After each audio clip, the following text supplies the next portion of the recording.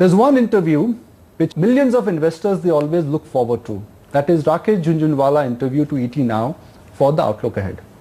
This year, apart from talking about the year, we'll also talk about the decade. And incidentally later this year, Mr. Jhunjhunwala also turned 60. So we'll also talk about his birthday plans. Mr. Jhunjhunwala, slightly late this time, but wish you and your family a wonderful year and Happy New Year. Same to you, all Indians, all viewers. Happy New Year, God bless. Mr. Jhunjhunwala, I would say Happy New Decade. Happy New Decade. Well, that's a wonderful way to look at it. How would you characterize the current environment? Markets at an all-time high, economic indicators at a record low. I think it's an environment full of opportunity. I think when markets are all-time highs, there is not any sort of manipulation in markets, and there is no participation. In no cocktail parties, equity talked of. Equity is a bad word. So I think that indicates that there is a lot of opportunity. Why are headlines not matching with what markets are doing? You should ask yourself, all-time high. Because you make headlines, I don't. I think there is a general, certainly certain parts of the economy are being hit, have been hit, but I think things are improving.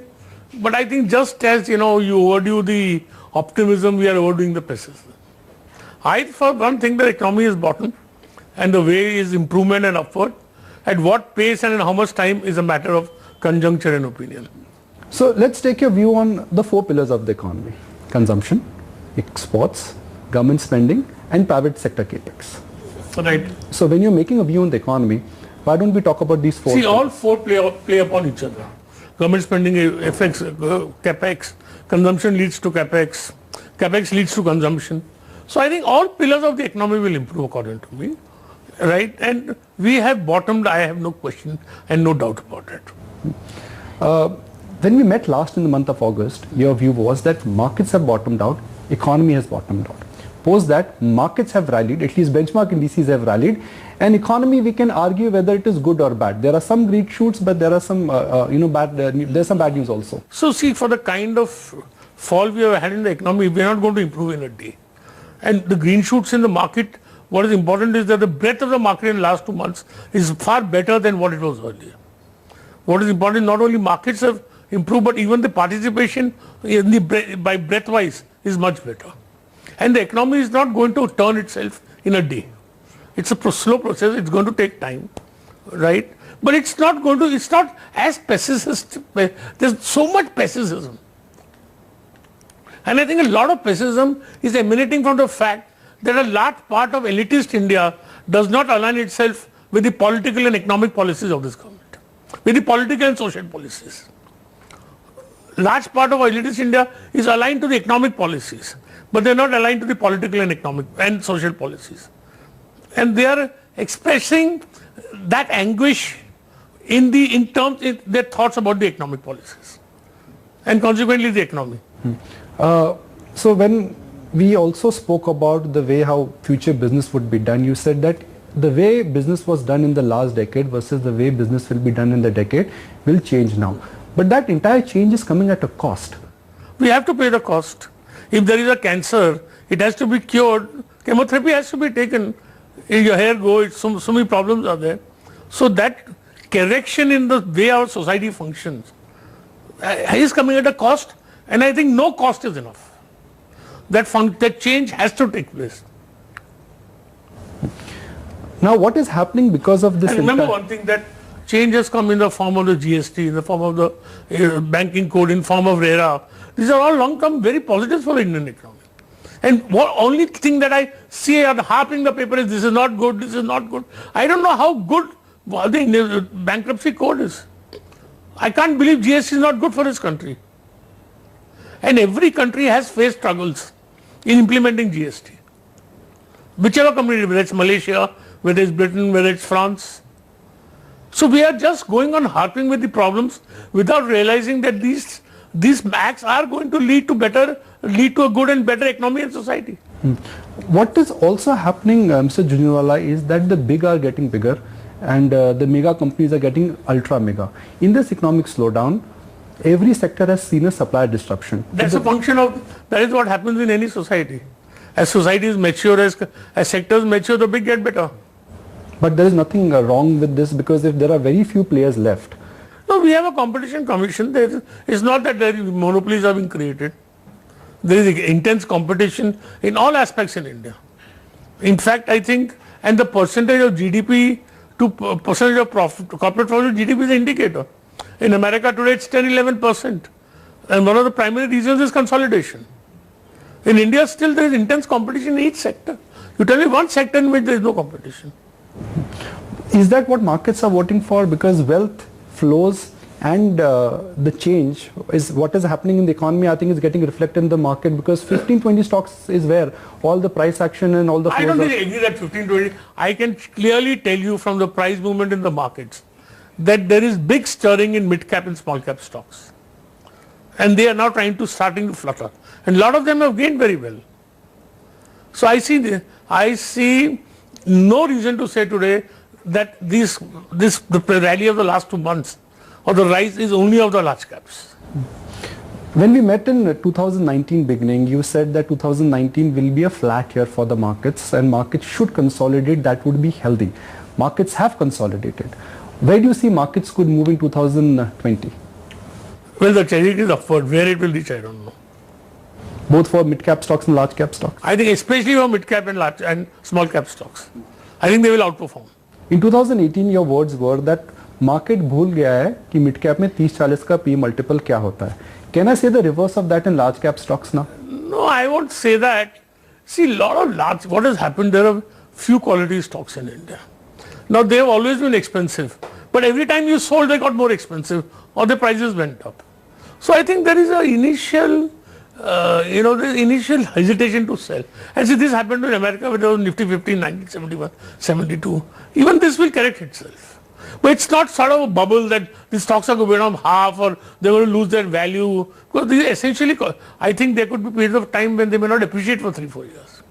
Between 2001 and 2009, Hindustan Lever gave no return. Right? So, but it's not as if they're a bubble and they'll burst and they'll become half in value. I don't think all this is going to happen. In last 10 years, what we've seen is that we've seen low monetary policy. Inflation has got crushed. A lot of central banker liquidity has come in. You always said that if interest rates are low, equities will outperform. Do you think we are in this kind of a scenario for next couple of years? Well, if Japan is any guide, right? See, all developed societies today are facing the challenge of demographics, which Japan faced. Now, the Japanese central bank owns half the government bonds. They keep printing money, but there's no inflation. I, for one, think that the Western world is going to grow between 1 and 2%, right? And there's not going to be inflation. So I think this fall in interest rates is permanent.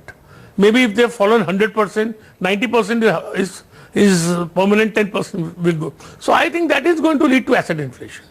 So are we in for more of the same, which is that a lot of money will continue to chase stocks and other asset classes? See, as long as there is confidence, capitalism and stocks and the banking system and the economy is based on confidence.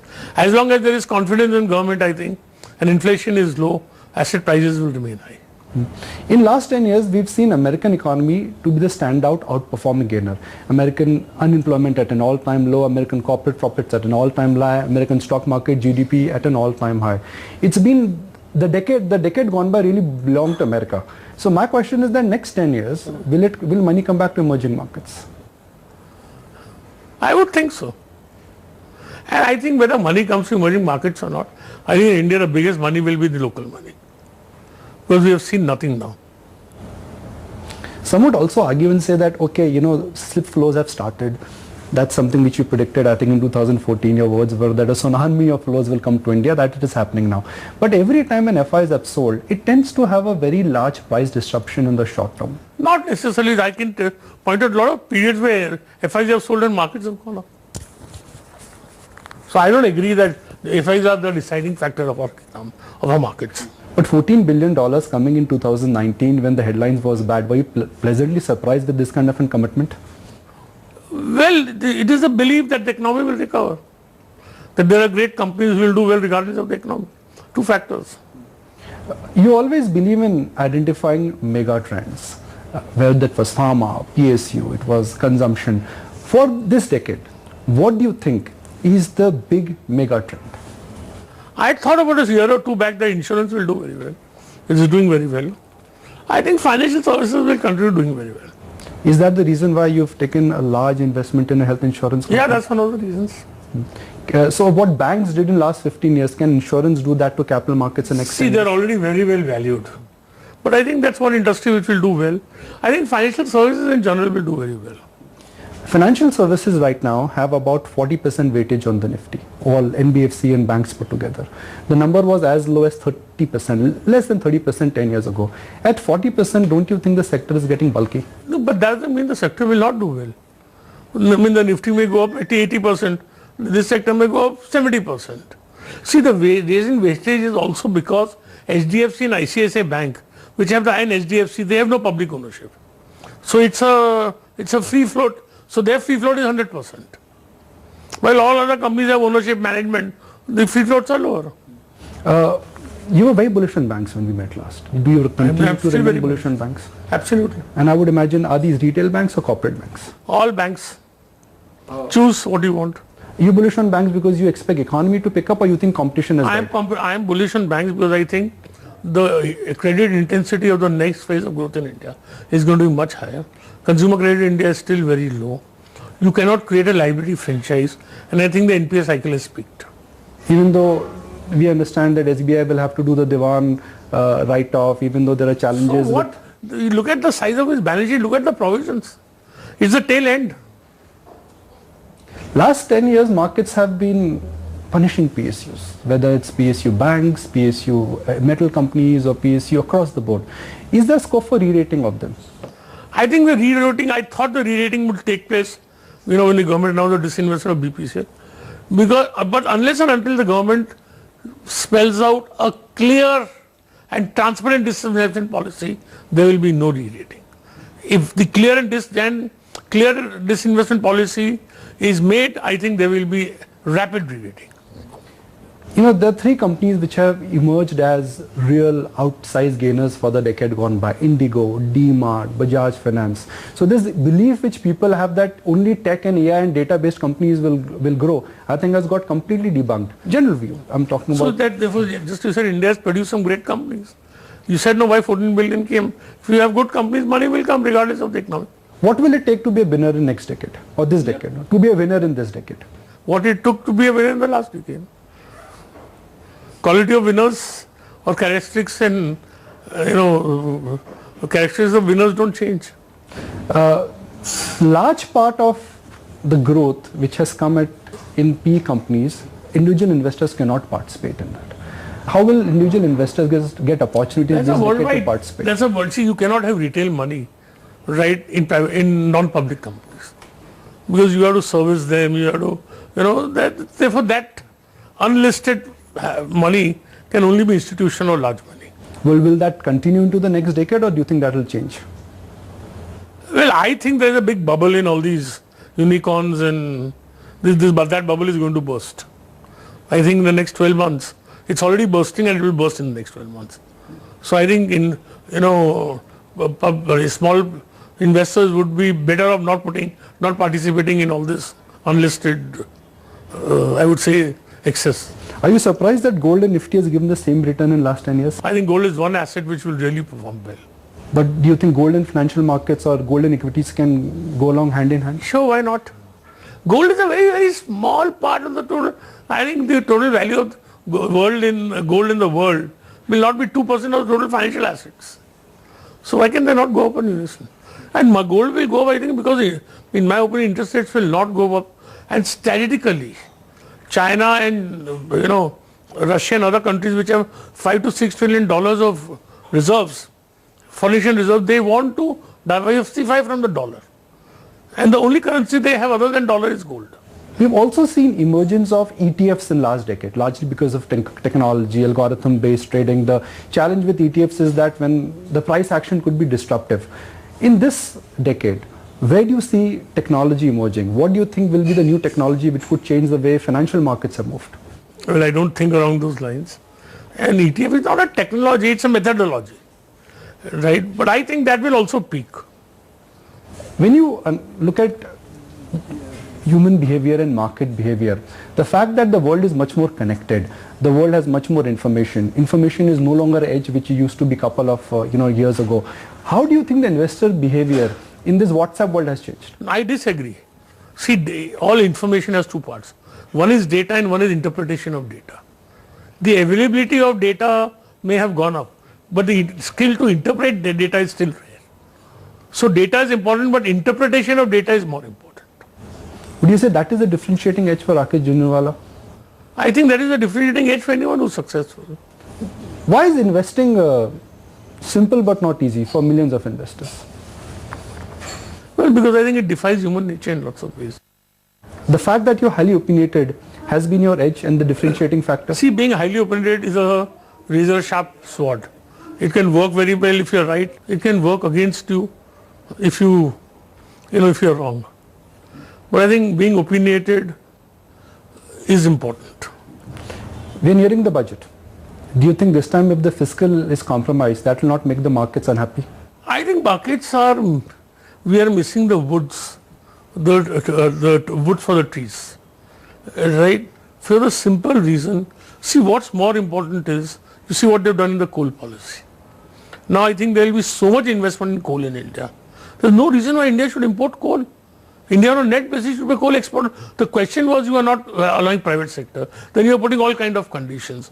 So I think there will be, what is very important, there should be liberalization or there should be ways by which there is ease of doing business. I think there will be a lot of policy announcement in the budget. I think there will be announcement in FDI in a lot of areas. I personally feel government should make it long-term capital gains tax-free by enhancing the period. From 1 year you make it 2 years. So up to 2 years become all short-term capital gain. I think it will lead to net gain to government revenue. And it will lead to a big gain in sentiment. Enhance the period of long-term capital gain, but make it tax-free. Then I think we should give a lot of relief to the real estate sector. We can make a view that anybody who buys a house in the next 12 months, whenever he sells it, there is no capital gains. First of all, people generally don't buy houses to sell them, right? And second thing is there is no immediate loss of revenue. If you say that whenever you buy a house, if you sell it after 2 years minimum period, there will be no capital gains. And I think there should be other relief for the real estate sector, right? I think we should enhance the amount of, and I think there should be big relief for tax payments for income from 10 lakhs to 25 lakhs. So it's high time that the government now takes notice of the demand side of the economy. That needs to be fixed urgently according to you. See, nothing can be fixed by one action. It's a process. So a lot of government action is needed in order that the economy comes back to its growth potential. Second thing also, we have to communicate by the budget to the business community that we are on your side. We have to revive the animal spirits of the business community. And government, I think, if it removes the surcharge or reduces the surcharge, it will really help in getting back the sentiment. So government has to do some action by which it conveys to the business community that we are on the same side. But are markets expecting, in your view, something big from this year's budget? Well, I don't think they're expecting anything negative. I don't know positive, right? But there is no retail or public participation still in the market. I am personally hopeful it will come after the budget. But in your view, STT and LTCG, can they coexist? They should not. Nowhere in the world do they do. So if the government, best thing is government abolish one of them. I think long-term capital gain is better because STT, the government gets the money 10,000-12,000 crores from 2 exchanges without any administrative cost, right? So I think it's better if we abolish long-term capital gains. If government cannot abolish it, make it 1 or 2 years. Your budget is all about taxes. So I have to ask you another follow-up question on taxes, which is that direct dividend tax. Is that a draconian tax? Well, I think the 20% dividend tax is not draconian, but the tax put on dividend income is according to me not needed. So if there is a change on LTCG and direct dividend tax? No, direct dividend tax is most undesirable. But again, you have to, then do TDS, then collect the income. It is administratively a nightmare. This tax which the companies pay, I think is much more convenient. But then anybody who has unit income of more than 10 lakhs has to pay tax. I think that's unjustified. Because you have a 25% rate of tax, then you pay 20%. Again, you pay 10%, that becomes very high. So I think 20% rate of dividend distribution tax is okay, and I don't think we should tinker there. You talked about that more than slowdown, there is a perceived slowdown. But if I talk to corporates, people, some of them are common friends, when every time slowdown has happened, some smart guys have always come out and committed to capital and equity. This time around, that surge, that desire, that annual split is missing. Why is that? I don't think so. Why people are not? People are, wherever there is demand, wherever there is paucity of capacity, people are committing. But people also, because earlier risk taking in India or risk failure was excused easily, people were ready to take risk easily. Now if you take risks and you fail, the consequences are higher. I think that is what is making people more careful. Then what happens to the inefficient or the small MSC and SME companies? Well, small MSME, SME companies are not big. They have their own strengths, right? It's not all over the world. There is a small, even in America, the major manufacturer is the small MSME and the small manufacturer. So I don't think anything is going to happen to them. Which are few of the government actions which you think markets and nobody is taking notice of? Which have happened and nobody... I think this reduction, this new coal policy has not been, except Mr. Jindal, nobody has welcomed it in any serious manner. Right? Government is trying to enhance the ease of doing business. Right? They are trying to do, all reaction should be through the net. Right? So government, the income tax return should be assessed without communication between the assessee.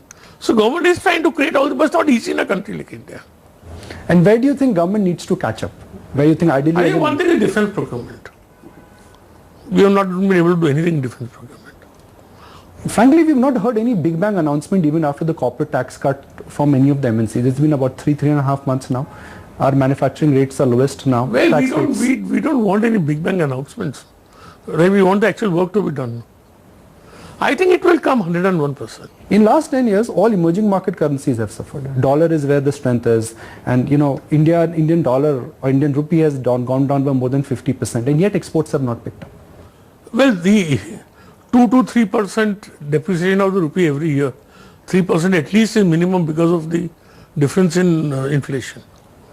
As far as export goes, see, India's biggest export, actually net export, is software. They are going up. Other areas is, unless we do ease of doing business, unless we create better circumstances, exports going up is difficult. As an investor, somehow were you dismayed with the kind of corporate governance issues which have come in last 12 months from big corporate houses? I'm not dismayed, I was expecting them. And I'm very happy that they have come. But the fact that Indian companies have traded at a premium because of great governance and the fact that we were always not as opaque as other countries were, will it get tarnished now? You can't paint the Indian entire corporate sector as with the same brush. The corporate governance problems in few companies, not in the entire corporate sector. So you think markets will be able to absorb? Absolutely, and also now anybody who realizes that he wants valuation, he has to do good corporate governance. Why markets are giving a stepmotherly treatment to the infrastructure sector? It's not that things are bad. Well, because the banks and the government is giving a stepmotherly treatment. Government doesn't pay in time, your dealer is the government, right? Banks don't release money. Governments don't honor contracts. Look what's happening in Andhra Pradesh. In the market right now, nobody is talking about power, cement and steel. No, steel and cement shares have come back very well in the last 15 days. They are not like the darlings of the market. Let me put it this way. But they are not darlings in earnings also, no? To be the darlings of the market, there has to be earning. Where is the earning in steel and cement? It's all in anticipation. So if economy picks up, can that be the go-to space for next couple of years? Well, it can be, it can do well. But I think cement is, at the moment, is very well valued. Finally, pharma stocks on an aggregate basis. I am bullish. You're bullish. And I have been bullish for the last 1 year. They have not done well, but I am still bullish. Where do you think you went wrong in assessing it? I don't think I've been wrong in assessing it. I only think it's taking more time than I thought. Since the migration is happening in all the sectors, where do you think the migration will happen within the pharma space? Will the big get bigger? Will there be new technology? How will things change here? The big will get bigger. There's no question about it. I think now the emergence of new players, new large players is very difficult. Especially in America. Consumer is where some would say the underperformance has started in last 2 or 3 months. Consumer is where over ownership is high. Consumer is where some would argue growth is a challenge. I don't think growth in where consumer is there is going to be a challenge. Growth is going to come. And what is the, in relation to what they have gained, what is the corrections? See, I think consumer stocks are going to remain favorites. They may correct in valuation. But if I see a decade, 2 decades, good consumer stocks are going to do well. So can one really look at a safe portfolio of good corporate banks and good consumer names for next 10 years? Will that Well, make that sense? you take advice, sir. I have nothing to comment. I'm generally talking about I can't earnings. talk about portfolios which I can't tell somebody buy only bank. I don't know what opportunity a person could have. Of course. Tata Mistry. The groups are fighting again. That fighting is all over here. It's all over. But given that the Mistries have 18% stake in Tata Sons, do you think they should come back on the board? Well, I have had 18% stakes in companies and I have not been on board, so I am not competent to comment. Chandra finishes 3 years, and I just before you answer this, I'm going to put on record that Mr. Jhunjhunwala has always been a big votary of the corporate policy Tata groups have followed. Okay, now my question: are you, as an investor, are you happy and satisfied with the policy Chandra is taking to reboot? Not Tata happy, Group? very, very happy. Why do you say that? Because he's actually consolidating the group, reflecting on cash flows, demanding performance, rewarding performance. I think taking the right policies. I am very, very happy. Tata Motors is yet to recover. TCS is on autopilot. Also, recovery doesn't take place in 2 months here. I think the worst for Tata Motors is over. Would you say the group to watch out for next 5 years? We are talking 5 years and 10 years. The decade has started. Could be the Tata Group. Well, they're going to do well. I don't know with other groups. Tatas are going to do well, that I can say. There's a change of guard at Titan. Yeah, Does that bother you? not at all. I think the successor, of course, to have a successor to Mr. Bhaskar is not easy. But I think Mr. Venkat, who's successor, is extremely competent and good. What is in store for some of these niche businesses in India? When I say niche businesses, jewelry business, retail business. They are what going to is- do well. If you say don't buy jewelry, tell your wife, then you'll know. So if one has to understand Mr. Jhunjhunwala, the decade gone by, we've had good returns. When I say good, 9-10% on the Nifty, 9-10% on the small cap index. This decade, I had a good decade last year. No, I don't know. this decade, do you think investors should brace themselves for a double-digit return? I think you will get a better return than what you got in the last decade. Or why do you feel that way? Because I think the Indian economy, the financialization of savings in India will at a much greater pace. And I personally think India will grow 9 to 10%. Was there any period of time in last 6 months you got worried given the headlines which were coming out? India's nominal GDP plunged below 10%, GDP plunged below 5%. I have full confidence that this GDP will recover. If India has to go from 3 trillion to 5 trillion, what will add to India's GDP growth? What could be that large profit pool? Everything will add. There is nothing singular which will add here. We make dedicated freight corridors, that will add. We make airports, that will add. I think the Udan scheme is very good. Right? Everything that we do economically will add. What we got to have is ease of doing business and honoring of contracts. That is the most important. And a fair taxation system.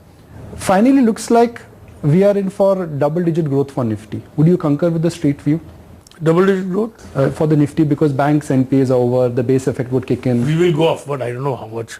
Double-digit, triple-digit, single-digit, all that I don't know. A lot of time has been spent in boardrooms discussing about future of transportation and autos. It's a large sector now, Future of transport by electric cars. electric cars. I think it's overplayed. It will take a lot of time. So you think in India we should not shy away from admitting that India still needs non-electric or combustion-based fuel Yeah, India engines? is going to need it for the next 15-20 years. Do you think autos have played a very large role because of in the economic slowdown, because it's large part of the You GDP? see, autos are in the throes of change. Right? Electrical vehicle, this, BS5, BS6. So where there is change, either if you're very definitive, go there. If you're not definitive, stay away. I'll take my chances with this one. I'm going to ask you a couple of short-term dominated questions. That's for Rakesh Jhunjhunwala, the trader. Tell me, no? What is the screen telling you, sir? Buy. What could be the worst case scenario for the Nifty in this year? See, it depends. Tomorrow, if there is an Iran and US war, it could be 9,000, 8,000. But normally, I would think that 11,000, 11,200, 400 will not be violated. Between the Bank Nifty and the Nifty next 5 years, where do you think there's scope for greater outperformance? Well, I won't say about the Nifty and the bank, but stock-wise, there is surely perform. There is scope for outperformance by non-financials also. The last time when we heard you bullish or extremely bullish on small and mid-cap stocks was actually in 2012. And your words were, इतना सस्ता माल मिल रहा है, लग रहा है चोरी का माल मिल रहा है.